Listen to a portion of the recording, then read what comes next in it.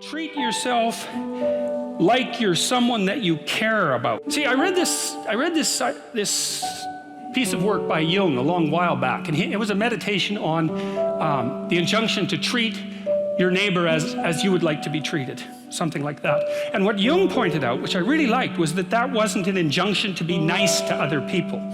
It was an invitation to reciprocity. It was something like this. It's like, you should figure out how you would like to be treated, like you were taking care of yourself, not how you would like people to respond to you. It's more important than that. It's like, imagine you had a child that you really cared for, and someone said, well, people will treat this child exactly like you want them to, but you have to figure out what that is. And so then you'd have to sit down for like a month and you'd think, okay, well, how do you want your child to be treated? You don't want everyone just to be nice to him, you know. You want people to challenge him, and you want people to discipline him, and you want people to tell him when he's wrong. It's like, you don't just want everyone to be nice. That's pathetic. It's pathetic. There's no challenge in that. And so, well, you want to treat other people like you would like to be treated. Well, then you have to figure out, how would you like to be treated? And while you'd like people to fawn all over you and just lay everything at your feet, it's like, no, that's not something you'd wish for someone that you were taking care of.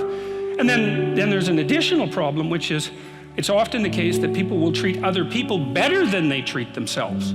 That happens extremely frequently. So one of the things I pointed out in chapter 2 was that if you have a dog and you take him to a vet, and the vet gives you the prescription medicine, you'll go buy the medicine and you will give it to the dog, and you will do it properly. But if you go yourself to a doctor and you get a prescription, there's a 30% chance you won't even pick up the medication. And if you do, there's a 50% chance that you won't administer it to yourself properly.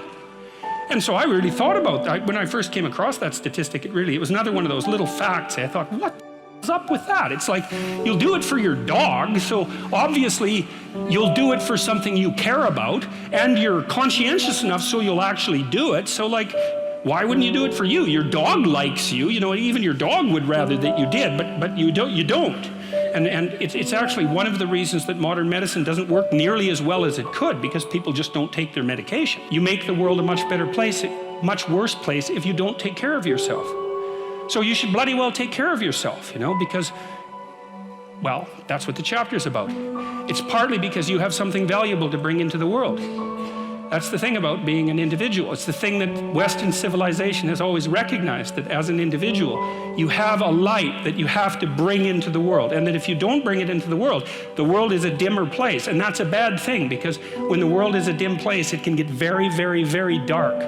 And so it's necessary, not just so that you feel better, not just so that you're a #1 lobster, none of those things. You need to take care of yourself because you're in the best position to do that. And it's necessary for you to take care of yourself. Despite the fact that we're mortal and vulnerable and self-conscious and capable, not only capable of doing terrible things, but actually do them. Despite all that, you still have that responsibility. Compare yourself to who you were yesterday, not to who someone else is today. And the reason I wrote that was because I had this client, I'm a clinical psychologist, and I've spent 20 hours a week for 25 years listening to people tell me about their lives, you know, and those people were people who were just barely hanging on to the bottom of the world, up to people who were so successful you can hardly believe it, like the entire gamut of people. And that's been absolutely fascinating. It's like being a clinical psychologist, if you really listen, is like being immersed in a Dostoevsky novel all the time, you know, because it's amazing what people will tell you if you listen to them. People are so interesting if you actually listen to them, because they're so peculiar. Like, they're like penguins or rhinoceroses or ostriches. They're unlikely creatures. And anyways, with regards to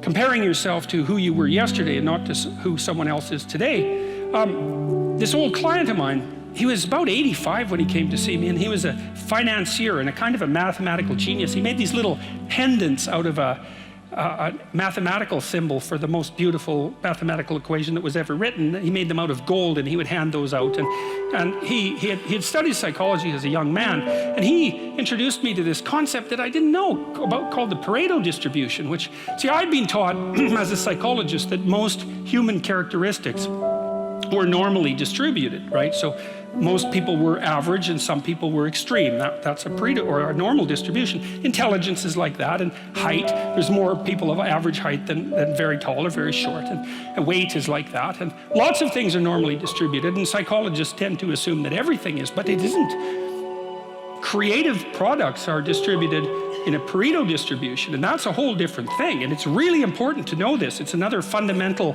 fact, the knowledge of which can sort of transform the way you conceptualize, let's say, the political landscape. So here's an example of the Pareto distribution. You know, there's a rule of thumb that if you run a company that 20% of your employees do 80% of the work, or that 20% of your customers are responsible for 80% of your sales, or that 20% of them are responsible for 80% of the customer service calls. Same thing, but that's not exactly the rule. The rule is worse than that.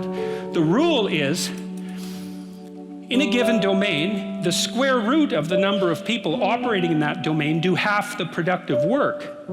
So you think, well, you have 10 employees, 3 of them do half the work. It's like, yeah, okay. What if you have 100 employees? Then 10 of them do half the work. What if you have 1,000 employees? Well, then it's 30. And if it's 10,000 employees, then it's 100. And this actually turns out to be a rather ironclad rule. It applies across very, very many situations. It applies, for example, to the mass of stars and the size of cities. So you can see how universal it is as a law, and it's something like those that have more get more, and those that have less get less. That's the Matthew principle, right?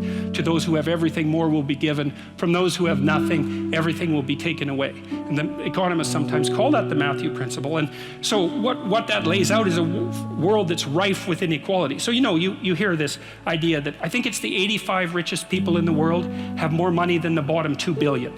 That's a Pareto distribution phenomena. And you might say, to hell with capitalism for producing that. It's like, sorry, you got your diagnosis wrong. It's a natural law. It's no matter what society you study, you get a Pareto distribution of wealth. You get a Pareto distribution of number of records recorded. You get a Pareto distribution of number of songs written or goals scored. Like any creative product has that characteristic. And it's partly because as you start to become successful, let's say, people offer you more and more opportunities. And as you start to fail, people move away from you and you plummet. And so, okay, so that's rough. So what it means is that there is always a landscape of inequality. And I'm not saying that we shouldn't do anything about it, although I am saying that we don't know what to do about it. That's the thing, you know, because you can modify the Pareto distribution of wealth, let's say, but we don't know how to do it without maybe disrupting the system so completely that it collapses, which is what happened in the Soviet Union, for example, and in Maoist China. They were trying, at least in principle, to adjust inequality. But the cure was far worse than the disease. And the truth of the matter is, we actually don't know technically how much inequality there has to be to generate wealth. We can guess, and you could say, well, there should be less, and you might say, well, there should be more. If you're left wing, you'd say less, and if you're right wing, you'd say, well, we'll just let the inequality flourish. But we do know that it's inevitable, and we also know that we don't know how to regulate it. So there is inequality. What that means is there's always going to be people around that are better at something than you are. And that's a problem, because you can get jealous and you can get bitter and you can get resentful, and worse, you can get hopeless, you know, because you look like I have this friend of mine. He told me something so funny. He was decrying his lack of success in the world, and he compared himself to his roommate. And he said, you know, his college roommate was doing much better than he was. And his bloody roommate was Elon Musk. It's like, really? Like, it's like, oh, you're not doing as well as Elon Musk. Well, I mean, you can see it would take it rather personally, because they were roommates and everything. It wasn't like he was doing badly. Like, he was doing pretty damn well. It's like, I'm not as good as Elon Musk. It's like, yeah, well, you and like 7 billion other people, you know? But I thought it was instructive because you have to be careful who you compare yourself to. Now, you can't just not compare yourself to successful people, right? Because then you don't have anything to aim at.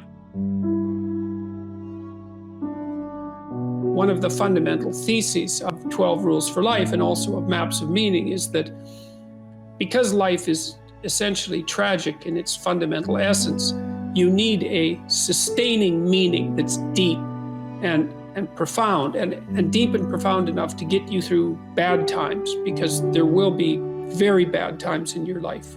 There'll be death and there'll be illness, and There'll be disappointment of all sorts. And there'll be just the standard difficulties of life in the world to contend with. And you really must have something that's profound and powerful to set up against that. And I think that your voluntary adoption of the struggle to improve being is the proper antidote to that.